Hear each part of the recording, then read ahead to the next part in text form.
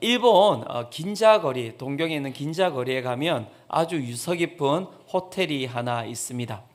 그 호텔 이름은 동경 제국 호텔, 임페리얼 호텔인데요. 제가 가본 적은 없습니다, 일본에. 네.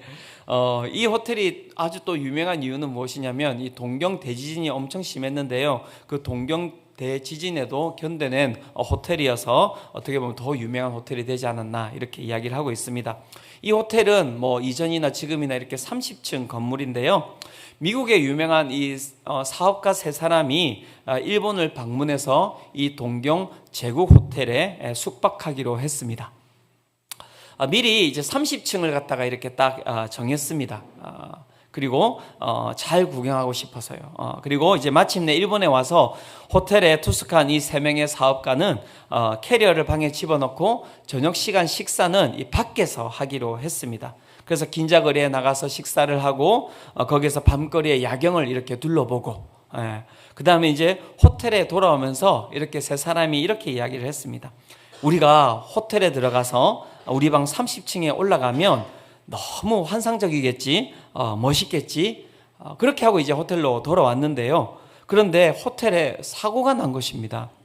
어떤 일이 일어났을까요? 정전사고가 일어난 거예요. 그래서 이제 엘리베이터가 움직이지 않는다는 것입니다. 그래서 이제 호텔이 이제 난리가 난 거예요. 그래서 막 이제 막 죄송합니다 이야기하고 스미마생 네 죄송합니다 이렇게 이야기하고 막 계속 이제 막 너무 이제 이렇게 미안한 마음으로 이제 호텔 관계자들이 그렇게 이야기를 하고 있는 것이죠. 그런데 이제 방법이 이제 두 가지밖에 없다는 거예요. 첫 번째는 후레쉬를 갖다가 드릴 테니까 그 후레쉬를 들고 이 30층까지 올라가시던가, 아니면 1층에 이제 간이 이렇게 침대를 준비했으니 여기서 좀 불편하더라도 여기서 주무시던가, 이렇게 두 가지밖에 이렇게 옵션이 없다는 것이죠. 이제 세 사람이 이제 의논을 하기 시작했습니다. 우리가 여행을 하면서 이 30층에 올라가는 것도 어떻게 보면 좋은 추억이고 좋은 경험이지 않겠냐. 그래서 올라가자. 그렇게 이제 이야기를 하고 그렇게 함께 30층까지 후레쉬를 들고 올라가기로 한 거예요.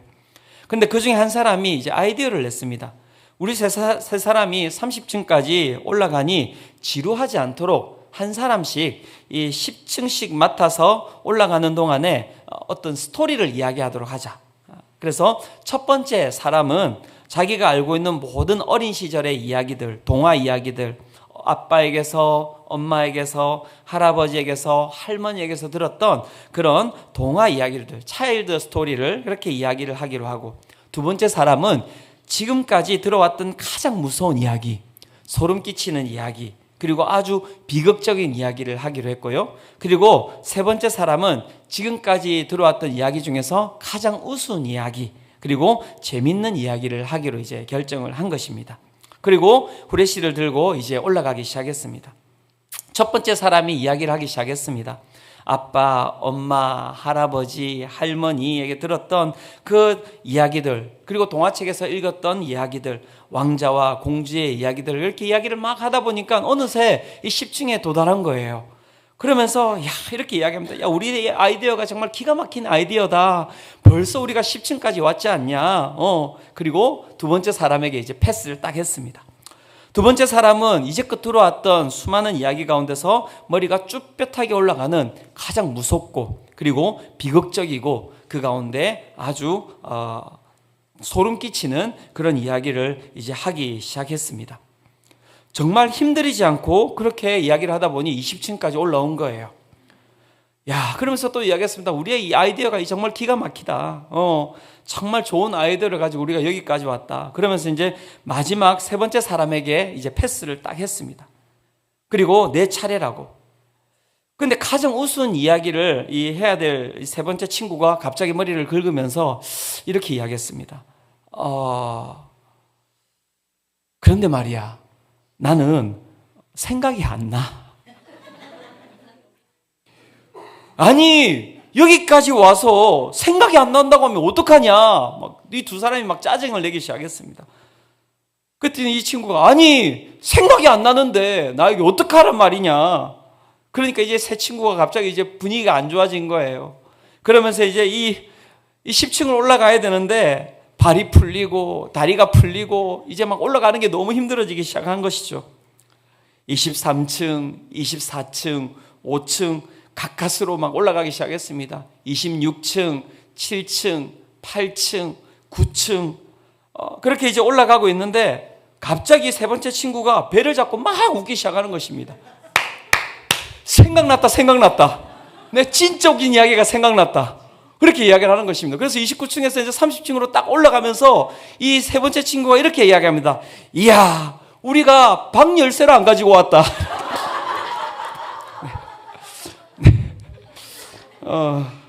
네, 어떡하죠? 네, 감사합니다. 웃어주셔서. 제가 막 이 준비하면서 안 웃으면 어떡하지? 그럼 빨리 이렇게 가지고 내려가야겠다. 막 이런 여러 가지 생각을 했는데요. 예. 여러분, 이것이 이제 인생입니다. 인생. 우리는 어렸을 때 아빠, 엄마, 할아버지, 할머니 그 사랑을 받고 공주처럼 왕자처럼 그렇게 섬김을 받으며 인생을 시작합니다. 그렇지만 삶은 녹록하지 않죠. 무서움과 비극적인 이야기들과 여러 가지 머리가 쭈뼛하는 그런 어려움들이 우리의 삶에 다가오게 됩니다.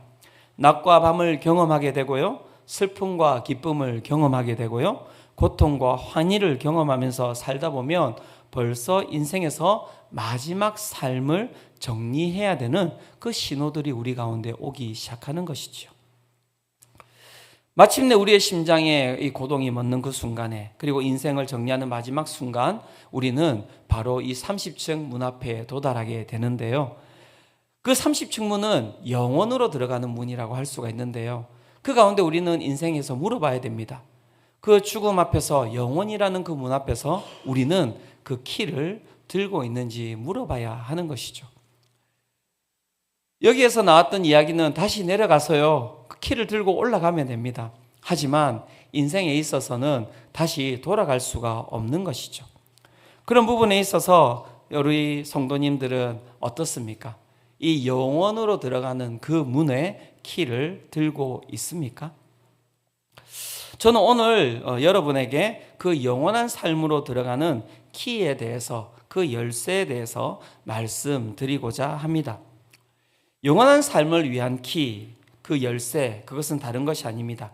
오늘 우리가 읽었던 이 본문, 하나님이 세상을 이처럼 사랑하사 독생자를 주셨으니 이는 그를 믿는 자마다 멸망하지 않고 영생을 얻게 하려 하심이라.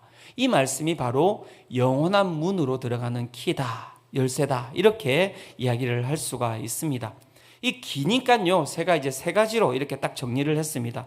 이 본문에서 이 열쇠가 되는 이 본문에서 가장 중요한 단어는 무엇이냐면 사랑하사 주셨으니 그리고 얻게 하려 하심이라. 이 세 가지가 가장 중요하거든요. 한번 따라해 볼까요? 사랑하사 주셨으니 얻게 하려 하심이라. 저는 오늘 이 영원한 삶을 위한 이 열쇠에 대해서 여러분들에게 이야기를 하고자 합니다. 6년 전의 이야기입니다. 한 재판장에서 있었던 이야기인데요. 2019년 2월 14일 서울 남부지법입니다. 형사 3 단독 이 정진원 판사 앞에 한 여인이 서 있었습니다. 여교사 임모 씨인데요. 이 여인이 이제 서 있는 그 자리에서 이제 이 정진원 판사가 판결문을 이제 읽게 됩니다. 이 판결문을 들어보시면은 이 여인이 어떤 범죄를 저질렀는지를 알 수가 있을 것입니다. 판결문이 이렇습니다. 피고인은 심부름 업체 운영자 정 씨에게 어머니의 주소, 집, 비밀번호 등 정보를 적극 제공하고 6,500만 원을 주는 한편 오늘 내일 중으로 작업을 마무리하면 1억 원을 주겠다는 등의 내용이 담긴 메일을 보냈다. 이런 사실을 고려할 때 청부 살인 의뢰 의사가 진지하고 확고하다. 범행 죄질이 매우 불량하지만 초범이고, 즉 이 여인이 지금 어떤 범죄 때문에 여기에 서 있는 것입니까? 다른 것이 아니라 어머니를 죽이려고 청부 살인을 갖다가 의뢰했다는 것이죠. 그래서 1억 원을 주고 어머니를 죽여달라고 부탁을 했다는 것입니다. 계속 읽어드리면 피해자인 어머니가 딸에 대한 선처를 바라는 점, 범행이 착수에 이르지 않고 예비 단계에 그친 점 등을 고려해 징역 2년을 선고한다며 검찰은 징역 6년을 구형했는데요. 그것을 뿌리치고 판사는 징역 2년을 선고했다고 합니다. 판사 앞에 서 있던 이 교사입니다. 교사. 여교사 임 씨는 딸을 위해 자기 목숨까지 내어놓으려는 어머니를 봐서 선처했다는 그 판사의 말에 흘러내리는 눈물을 거둘 수가 없었다고 합니다. 천륜을 배반한 사건이죠. 어머니를 죽이고자 청부한 이 딸의 사건, 그렇죠? 있을 수 없는 일이라고 하는 이 사건이 바로 오늘 우리가 이야기한 영원한 삶을 위한 키, 그 열쇠, 그 사랑하사가 무엇인지를 잘 보여주는 이야기라고 할 수가 있습니다. 이 사랑하사라고 하는 이 단어 앞에는 이런 말이 붙어 있습니다. 하나님이 세상을 이처럼 사랑하사. 그죠? 하나님이 세상을 이처럼 사랑하셨다. 근데 이처럼이 뭘까요? 이처럼 사랑했다는 것이 무엇을 뜻하는 것입니까? 다른 것이 아닙니다. 제가 방금 앞에서 이야기했던 그 내용과 비슷한 이야기입니다. 자신의 종력을 위해서 엄마를 죽이려고 한 그 임모 씨에 대한 그 어머니의 사랑, 그죠? 어머니가 알게 된 거예요. 딸이 1억을 들여가지고 자신을 죽이려고 했다는 그 사실을 안 어머니의 마음은 여러분 어떠했을까요? 어떠했을까요? 참담하지 않았겠습니까? 내가 이 딸을 어떻게 키워왔는데 그 딸이 나를 갖다가 이렇게 배신했다는 마음에 정말 어떻게 보면 너무너무 힘들었을 것 같은데요. 그런데 이 어머니가 어떻게 했다고요? 그 딸의 그 죄에 대해서 어떻게 해요? 그것을 사면해 달라고 그 이야기를 했다고 하지 않습니까? 그것이 바로 하나님이 세상을 이처럼 사랑하사라고 이야기할 때 그 이처럼에 들어간 의미라고 할 수가 있는 것입니다. 그런데 하나님의 사랑은 솔직히 이야기하면 이 어머니의 사랑보다도 더 큽니다. 제가 이제 비교할 부분이 없어서 여러분들이 좀 잘 이해하기를 바라는 마음으로 이 이야기를 이제 드리고 있는 것이죠. 하나님께서는 우리를 사랑하십니다, 여러분. 우리 옆에 있는 분들에게 다시 한번 더 이야기를 한번 해주시겠습니까? 하나님께서 당신을 사랑하십니다. 네. 그렇게 이야기를 하실 때 옆에 있는 분의 얼굴을 보시면 알겠지만 약간 거북스러운 이렇게 표정을 가지지 않습니까? 네. 중요한 것은 우리는 하나님을 사랑하지 않는다는 거예요. 하나님은 우리를 정말 사랑하시는데 우리는 하나님을 사랑하지 않는다는 것입니다. 인류의 역사 이런 것을 거론할 것도 없습니다. 우리의 개인의 삶을 봐도요, 우리의 삶은 하나님을 사랑하지 않는 삶입니다. 성경도 그래서 그 이야기를 하고 있습니다. 로마서 1장 28절에 이렇게 이야기하고 있습니다. 또한 그들이 마음에 하나님 두기를 싫어하며, 하나님을 마음에 두기를 싫어했다는 거예요. 하나님을 싫어했다라고 이야기하고 있는 것이죠. 인간은 하나님을 싫어했다라는 것입니다. 하나님과 인간, 이 관계는 아주 복잡한 관계로 지금 그래서 얽혀 있는 것입니다. 많은 사람들이 신앙을 이야기할 때 그냥 신을 와서 경배드리는 것이라고 이야기하지만 기독교의 신앙은 그런 것이 아닙니다. 기독교의 신앙의 핵심과 본질은 무엇이냐면 하나님이라고 하는 이 존재와 우리가 사랑의 관계를 맺어가는 것이 기독교 신앙의 본질인데요. 그 기독교 신앙의 본질을 갖다가 잘 설명해주는 이 성경에 보는 하나의 장소가 있습니다. 그 장소는 어떤 장소냐면 바로 에덴 동산이라는 장소입니다. 이건 우리 믿는 분들이시든 믿지 않는 분들이시든 다 알고 있는 이야기 아닙니까? 이 장소는 하나님이 인간을 얼마나 사랑하는지를 보여주는 장소입니다. 하나님께서 이 세상을 창조하셨는데요. 이 6일 동안 이 모든 만물을 다 창조하시고 나서 그 가운데 마지막으로 무엇을 창조하셨을까요? 네, 인간을 창조하셨습니다. 그것은 무엇을 뜻하는 것입니까? 그것은 이 인간에게 이 모든 것을 주고자 하는 하나님의 사랑이 들어가 있는 것이거든요. 에덴 동산이 바로 그 장소입니다. 하나님께서 모든 것을 아름답게 만들어 놓으시고요. 오늘도 이제 가시면서 한번 밖에 탁 나가 보십시오. 얼마나 이 세상이 아름다운지, 그죠? 그 아름다운 그 세상을 만들어 놓으시고 그 가운데 인간을 두셨어요. 그리고 그 가운데 두시고 하나님께서 인간과 관계를 맺으셨어요. 교제를 하셨단 말이에요. 그 교제의 그 증거가 어디에 있냐면 동산 중앙에다가 하나님께서 이 나무 두 그루를 갖다가 놔두셨어요. 어떤 나무일까요? 네, 생명나무와 그 가운데 선악을 알게 하는 나무라고 이야기합니다. 생명나무와 선악을 알게 하는 나무.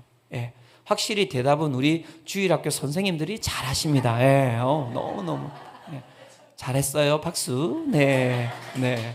예. 이 두 그루의 나무를 심어 놓으셨고 어떻게 하셨냐면 한 그루 생명나무는 아무 터치 안 하셨어요. 먹어야 된다는 것이죠.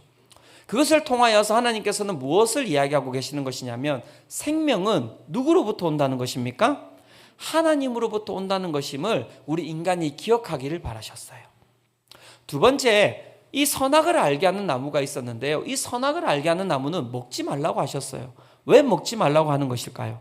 그것을 먹으면 인간에게 죽음이 찾아오기 때문에 그렇고요. 인간은 그 선악을 알게 하는 나무를 먹으면 안 돼요. 왜 그런 줄 아십니까? 인간이 가지고 있는 지식, 인간이 가지고 있는 지혜로는 선악을 분별할 수 있는 능력이 없기 때문에 그런 겁니다. 이걸 잘 들으셔야 됩니다. 그래서 제가 나중에 좀 이따가 이야기를 하겠지만 그 인간이 선악을 알게 하는 나무를 먹었기 때문에 불행한 거예요. 우리는 그래서 불행한 것입니다. 우리가 가지고 있는 그 개인적인 가치관이죠. 이것은 선하다. 이것은 옳다. 가정에서 왜 싸웁니까? 왜 싸웁니까? 선악이 가치관이 다르기 때문에 그래요. 가치관이 다르기 때문에 그래요. 오늘 아침에도 막 나오면서 빨리 가자. 나는 빨리 가는 것이 선이고 나는 늦게 가는 것이 선인 거예요.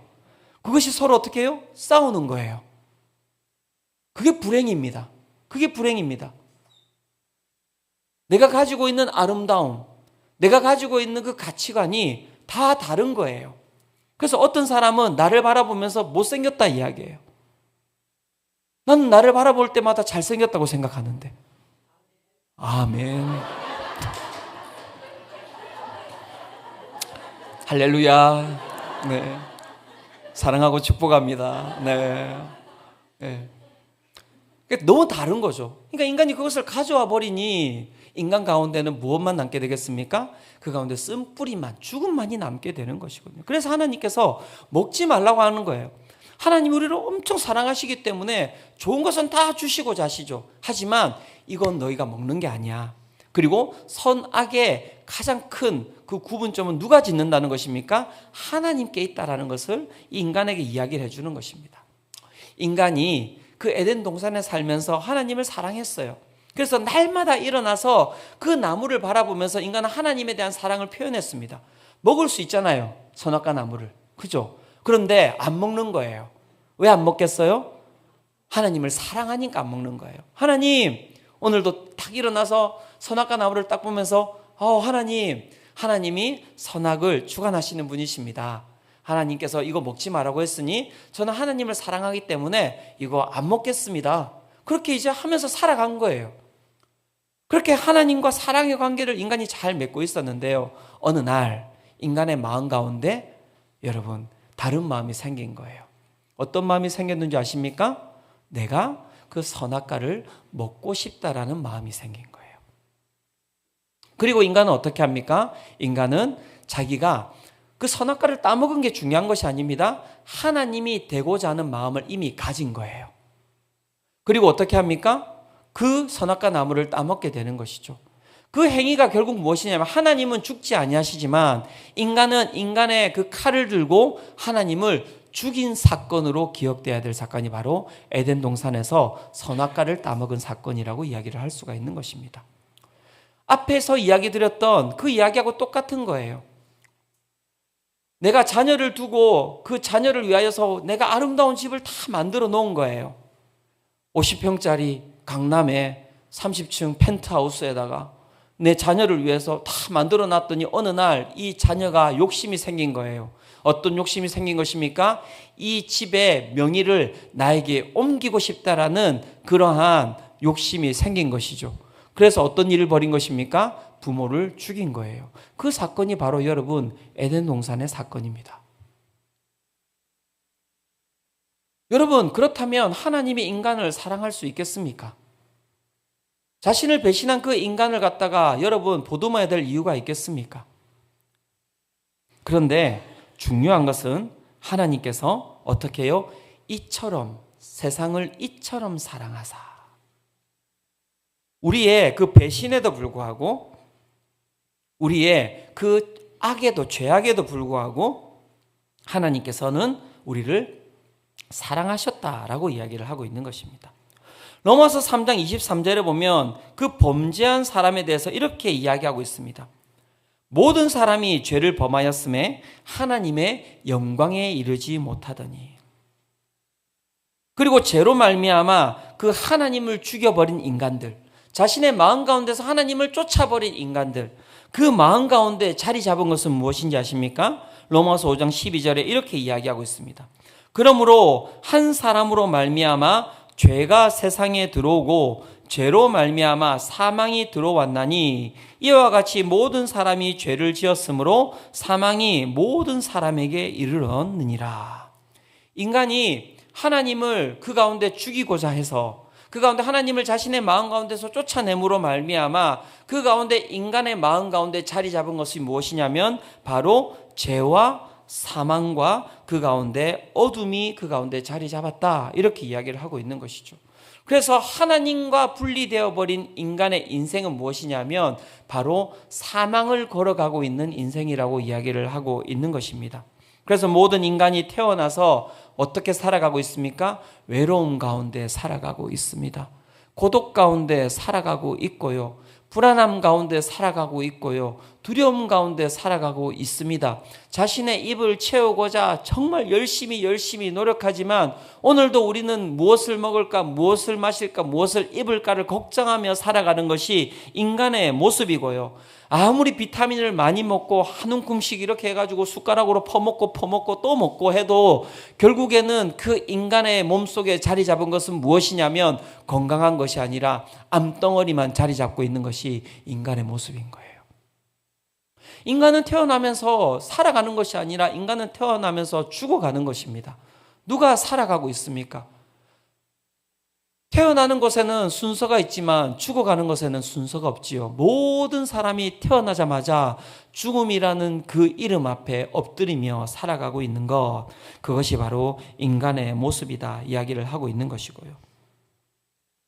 그 사망에서 우리가 벗어나기 위하여서 몸부림치죠. 그래서 수많은 돈을 가지기 위하여서, 권세를 가지기 위하여서, 명예를 가지기 위하여서, 모든 것을 가지기 위해서 몸부림치지만 결국 그 사망의 권세 가운데서 우리를 벗어나게 하는 것은 아무것도 없다라고 이야기를 하고 있는 것입니다. 사망에서 우리를 건져내기 위하여서는 여러분 어떤 값이 필요한지 아십니까? 생명, 나하고 똑같은 생명의 값이 필요한 것입니다. 그래서 하나님께서 세상을 이처럼 사랑하사 무엇을 주셨다고 이야기합니까? 독생자를 주셨다, 이렇게 이야기를 하고 있는 것이죠. 사망 가운데 거하는 그의 사랑하는 자녀들을 그 가운데서 건져내기 위하여서 하나님께서 우리 가운데 누구를 보내주셨냐면 바로 그의 독생자 예수 그리스도를 이 땅 가운데 보내주셨다, 이렇게 이야기를 하고 있는 것입니다. 모든 인류를 사망에서 빼올 수 있는 유일한 대상, 그분은 인간보다도 위대한 신이어야만 했습니다.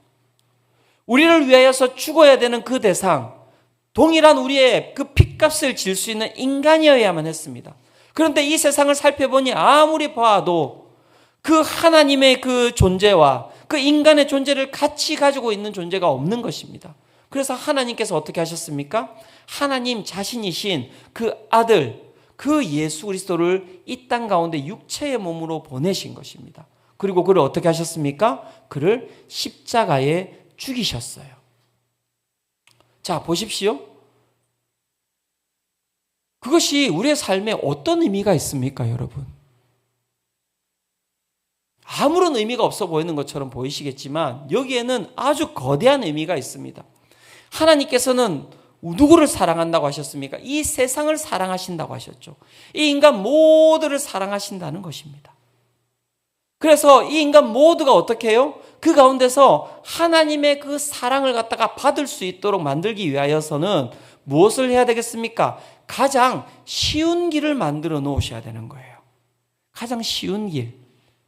그래서 수능을 치는 거죠. 그래서 수능 300점이 몇 점이죠, 요즘? 네, 커트라인이 있습니다. 그래서 커트라인에 떨어지면 하나님의 사랑 가운데 못 들어가는 거예요.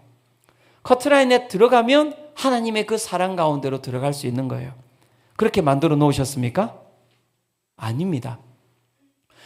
하나님께서는 이 모든 인간들이 그 하나님의 그 사랑을 갖다가 받을 수 있도록 그 예수님을 십자가에 죽이시고 어떻게 하셨습니까? 그 십자가를 온 세상 위에 들어 올리셨어요.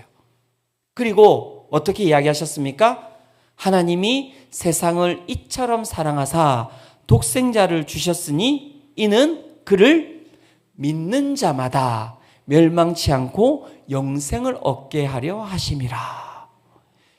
십자가를 들어 놓으시고 그 십자가를 바라보면서 그 예수 그리스도께서 나를 위하여서 죽으셨다라는 믿음만 가지게 되면 어디로 들어갈 수 있다는 것입니까?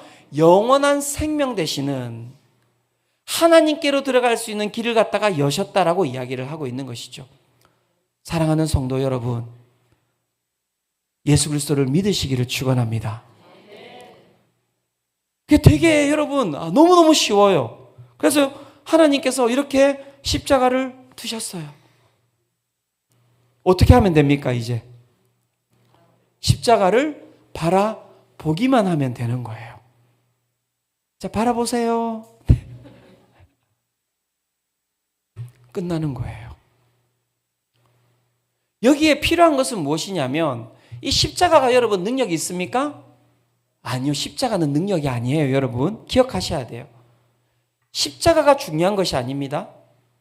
거기에 십자가를 통하여서 하나님께서 이 땅에 있는 모든 사람을 구원하고자 하시는 그 하나님의 사랑이 이 십자가를 표현해서 그 가운데 드러나고 있는 것이기 때문에 십자가는 능력이 있는 것이 아니라 하나님이 능력이 있는 것입니다. 그래서 우리는 그 십자가를 바라보면서 우리는 믿음으로 나아가는 것이거든요. 믿음이 필요한 것입니다. 그 가운데. 근데 인간은요, 아십니까? 모두가 다 믿음을 가지고 살아가고 있어요. 그죠? 그렇지 않습니까, 여러분? 하나님을 믿는 것도 믿음이지만 하나님을 안 믿는 것도 무엇입니까? 믿음이죠. 많은 분들이 종교는 여러분 아주 비합리적이다라고 이야기를 하는데 여러분 과학은 합리적입니까? 진화론은 합리적입니까, 여러분? 물론 여기 뭐 거의 다 막 성도님들만 계시니까 여기서 진화론은 합리적입니다 이런 분들은 안 계시겠죠. 그런데 곰곰이 생각해 보십시오. 정말 원숭이가 우리 조사 맞을까요? 잘 보시기 바랍니다. 거기에 무엇이 담겨 있냐면 과학이 증명되지 않는 곳에다가 무엇을 집어넣느냐면 믿음을 집어넣습니다. 즉 진화론도 믿음을 통하여서 그 가운데 이루어지고 있는 것이고요. 우리가 이야기하는 하나님께서 이 땅을 다스리는 것 또한 믿음을 통하여서 이루어지는 것이죠. 즉 인간은 믿음을 가지고 살아가는 존재입니다. 그런데 그 가운데서 그 이후의 삶, 인간 이후의 삶에 대해서 명확하게 이야기하는 것은 바로 성경입니다. 하나님께서 이처럼 사랑하사 독생자를 주셨으니 이는 그를 믿는 자마다 멸망하지 않고 영생을 얻게 하려 하심이라. 그래서 요한복음 14장 6절에 이렇게 이야기를 하고 있습니다. 예수께서 이르시되 내가 곧 길이요 진리요 생명이니 나로 말미암지 않고는 아버지께로 올 자가 없느니라. 요한복음 1장 12절에 이렇게 말씀하고 있습니다. 영접하는 자, 곧 그 이름을 믿는 자들에게는 하나님의 자녀가 되는 권세를 주셨으니. 너무나 쉽습니다. 그냥 예수의 이름을 믿으면, 내 마음 가운데 예수의 이름을 그 가운데 믿으면 우리가 그 영원한 생명 가운데 주님의 사랑 가운데로 들어간다고 이야기를 하고 있는 것이죠. 많은 분들이 이렇게 이야기를 할 수 있습니다. 목사님, 사랑이 밥 먹여 줍니까? 사랑이 내 삶에 무슨 효과가 있습니까? 하지만 사랑하는 성도 여러분, 제가 화건컨대 사랑이 여러분들의 밥을 먹여주리라고 저는 믿습니다. 사랑이 여러분들의 모든 고통과 어려움을 다 이겨내게 할 힘이 되리라고 저는 믿습니다. 왜냐하면 그 사랑은 영원한 사랑이기 때문에 그래요. 이걸 잘 기억하셔야 됩니다. 사랑은 능력입니다. 사랑은 능력이에요. 정말 여러분들의 삶을 갖다가 변화시켜주는 능력이에요. 내 삶에 여러분 생명을 주는 능력이고요. 내 삶이 경제적인 것에 허덕이고 관계적인 것에 허덕이고 내 삶이 육체적인 고통에 허덕일 때 그 모든 것들을 이겨내게 하는 능력은 무엇이냐면 하나님의 영원한 사랑이 우리 가운데 거하면요, 그 영원한 사랑이 우리 가운데는 그 모든 것들을 이겨내게 하는 능력이 되리라고 저는 믿습니다. 그게 바로 예수님의 사랑이에요. 그게 예수님의 사랑입니다. 우리를 건지시고자 하시는 예수님의 사랑. 저는 오늘 이 설교 말씀을 이 이야기를 하고 이제 마무리를 하고자 하는데요. 김영석 교수님이라고 아십니까, 여러분? 이제 105세? 네. 한 세기를 이렇게 살았던, 네, 교수님이신데요. 제가 요즘 이 김영석 교수님의 이 책을 읽고 있는데 이분도 이제 크리스찬이신데요. 이분의 책에 이제 이런 얘기가 나오는데 이 이야기를 이제 드리고 오늘 설교를 마무리하고자 합니다. 정말 오래전에 있었던 사건인 것 같습니다. 이분이 오래 사셨다 보니까 진짜 오래전에 있었던 사건인 것 같아요. 이제 경북 안동에 한 고아원에 이 씨라는 성을 가진 이 소년이 있었는데요. 이 소년이 이제 이 18살이 되면서 이 규정에 보면 이 18살 이후로는 이제 고아원을 갖다가 떠나야 된다고 이야기를 하고 있습니다. 그래서 이제 이 이군이 이제 고아원을 떠나서 어떻게 살아야 될지에 대해서 고민하다가 이제 군에 입대를 하게 됩니다. 이제 군에 입대를 해서 지냈는데 이제 제대를 할 때쯤 되니까 자기가 나가도 그 가운데서 갈 데가 없는 거예요. 그리고 고아니까 자기하고 함께 살아갈 사람도 없는 것이잖아요. 그래서 이 이군은 그 가운데서 그냥 직업군인으로 남기로 결심을 합니다. 중사까지 진급은 했으나 이 마음 가운데 외로움과 쓸쓸함이 이렇게 가득했던 것 같아요. 면회 오는 사람도 없고 휴가를 나가도 고아원 밖에 갈 곳이 없었습니다. 정을 나눌 사람은 물론 사랑의 그 줄까지도 다 끊어졌음을 이 사람이 이제 느꼈던 것 같습니다. 그래서 이 이중사는 자신의 운명과 장래를 생각할 때마다 마음 가운데 자책감이 가득 이렇게 심해지기 시작했던 것 같습니다. 나 같은 사람은 세상에 태어날 필요도 없고 누구를 위해 살고 싶다는 의욕까지 상실해 버린 것이죠. 어느 날 이중사는 신병들에게 실탄 훈련을 시키다가 수류탄을 갖다가 군복에 넣고 탈영을 했습니다.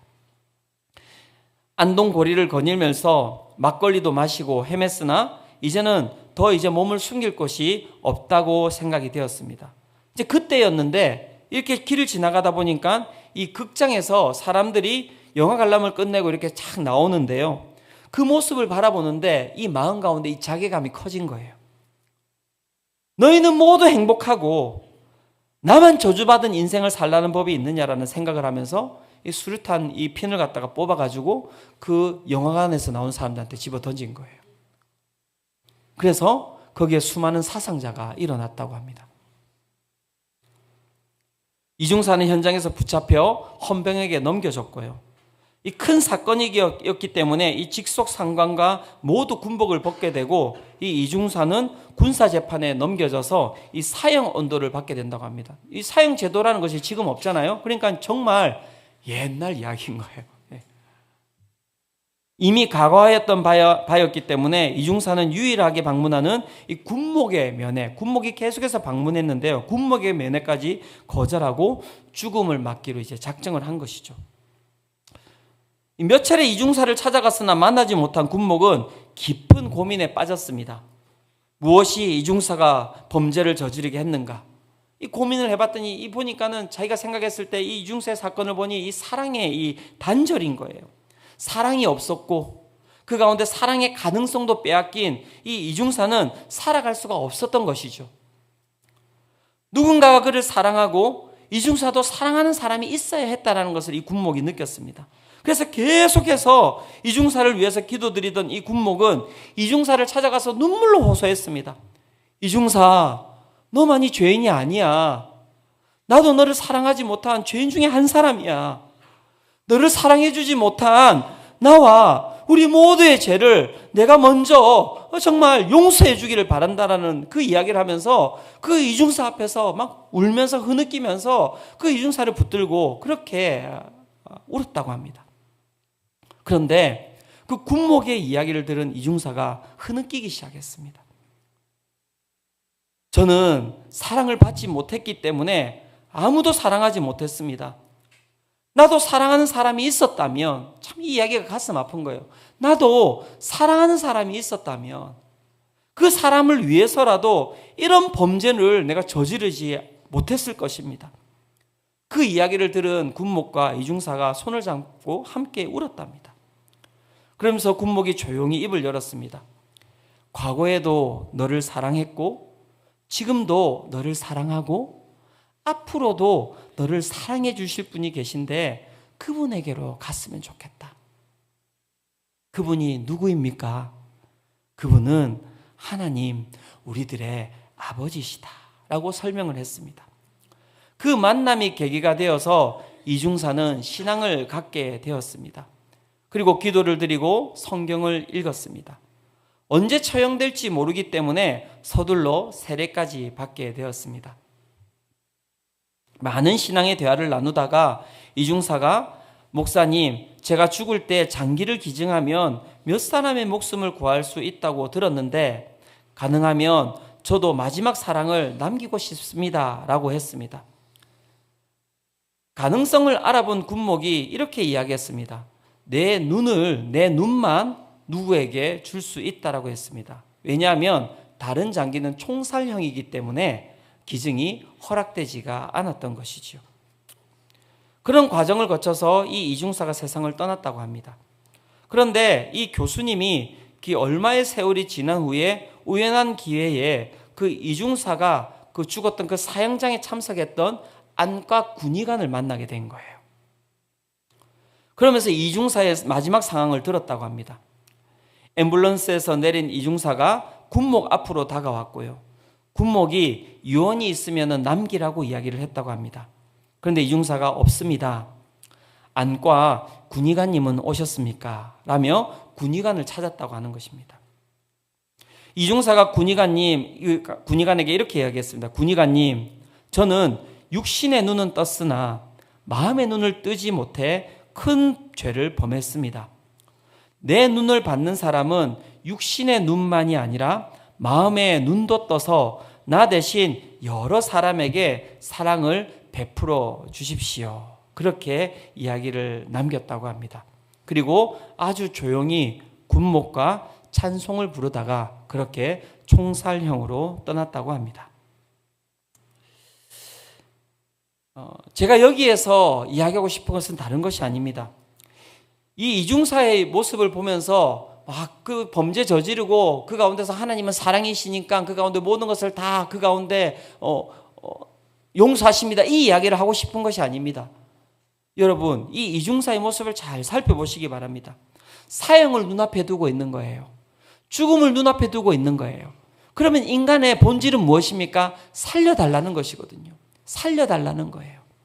그런데 이중사가 어떻게 이야기하고 있습니까? 살려달라고 이야기하지 않고 있습니다. 자신의 죄를 또 뉘우치고요. 누군가에게 꼭 도움이 되고 싶다고 이야기를 하고 있는 것이고요. 그가 누군가에게는 자신의 그 범죄를 저지른 이 모습과 같이 살아가지 않도록 하기 위하여서 정말 그 사람에게 이 말씀을 전해달라는 것 아니겠습니까? 육신의 눈으로 살지 말고 정말 그 마음 가운데 하나님을 만나기를 원합니다라는 그 마음을 전달해 달라고 이야기하는 것 아니겠습니까? 그 죽음 앞에서 이 사람이 죽음을 두려워하지 않고 그 가운데 평안한 마음으로 그렇게 이야기를 할 수 있었던 그 힘은 도대체 어디에서 왔을까요, 여러분? 그것은 바로 하나님의 사랑인 거예요. 그는 영원한 그 생명의 키를 들고 있었던 거예요. 제가 이 이야기를 이렇게 읽고 나서 그 마지막 그 부분, 그리고 아주 조용히 군목과 찬송을 부르다가 떠나갔다고 했습니다. 이 부분을 읽는데요, 이 부분을 읽으면서 그냥 이런 생각이 들었습니다. 어떤 찬송을 부르고 떠났을까? 그런데 그 가운데 제 가운데 그냥 제가 상상입니다. 이 찬송을 부르고 떠났을 것 같더라고요. 찬송가 304장입니다. 그 크신 하나님의 사랑 말로 다 형용 못하네. 저 높고 높은 별을 넘어 이 낮고 낮은 땅 위에 죄범한 영혼 구하려 그 아들 보내사 화목제물 삼으시고 죄 용서하셨네. 하나님 크신 사랑은 증량 다 못하네. 영원히 변치 않는 사랑 성도여 찬양하세. 그렇게 하고 세상을 떠났을 것 같아요. 그는 죽음을 두려워하지 않았습니다. 왜 그랬을까요? 이미 영원한 하나님이 주신 키를 들고 있었기 때문에 그런 것이죠. 사랑하는 성도 여러분, 하나님은 사랑이세요. 그 사랑을 만나면요, 제가 진짜 이야기 드릴게요. 길이 열립니다. 어떤 길이 열립니까? 생명의 길이 열리는 거예요. 영원한 사랑과 영원한 생명이 오늘도 우리를 덮기 때문에요. 말씀은 이렇게 이야기합니다. 누가 우리를 그리스도의 사랑에서 끊으리요? 환난이나 곤고나 박해나 기근이나 적신이나 위험이나 칼이랴. 그 무엇도 우리 하나님의 사랑에서 절대 끊을 수 없다. 그래서 너희가 그 사랑으로 이 세상의 모든 어려움들을 다 이겨낼 수 있다라고 이야기를 하고 있는 것입니다. 사랑하는 성도 여러분, 예수 그리스도를 믿으시기를 축원합니다. 하나님의 사랑을 그 가운데 경험하시기를 축원합니다. 이 시간 우리 함께 이 찬양 드리면서 주님께 나아가기를 원하는데요, 그럼에도 불구하고라는 찬양입니다. 마음속에 오늘 어려움이 있으신 분들 계십니까? 주님 앞에 나올 수 있는 없는 그런 환경에 계신 분들 계십니까? 오늘도 삶의 수많은 어려움들이 내 가운데 다가와서 마음 가운데 분노가 가득하고, 마음 가운데 외로움이 가득하고, 마음 가운데 근심이 가득하고, 어찌할 바를 몰라서 그 가운데 헤매고 계시는 분들이 계십니까? 그게 인간이에요. 하나님을 떠난 인간. 하나님께로 나아가셔야 됩니다. 하나님께서 십자가를 높이 드셨어요. 그냥 바라보기만 하면 되도록 높이 드셨습니다. 높이. 이 시간 우리 함께 이 찬양 드리면서 정말 하나님이 다가오고 계십니다. 여러분, 하나님이 달려오고 계세요. 제발 문 좀 열어줄 수 없겠니? 나 정말 너 사랑하는데 네가 나에게 어떻게 대했든지 나 상관없어. 그냥 나 너 사랑해. 그냥 나하고 관계 맺으면 안 되겠니? 한번 나를 믿어봐. 오늘 이 시간 우리 함께 이 찬양 드리면서 우리 주님께 나아가도록 하겠습니다.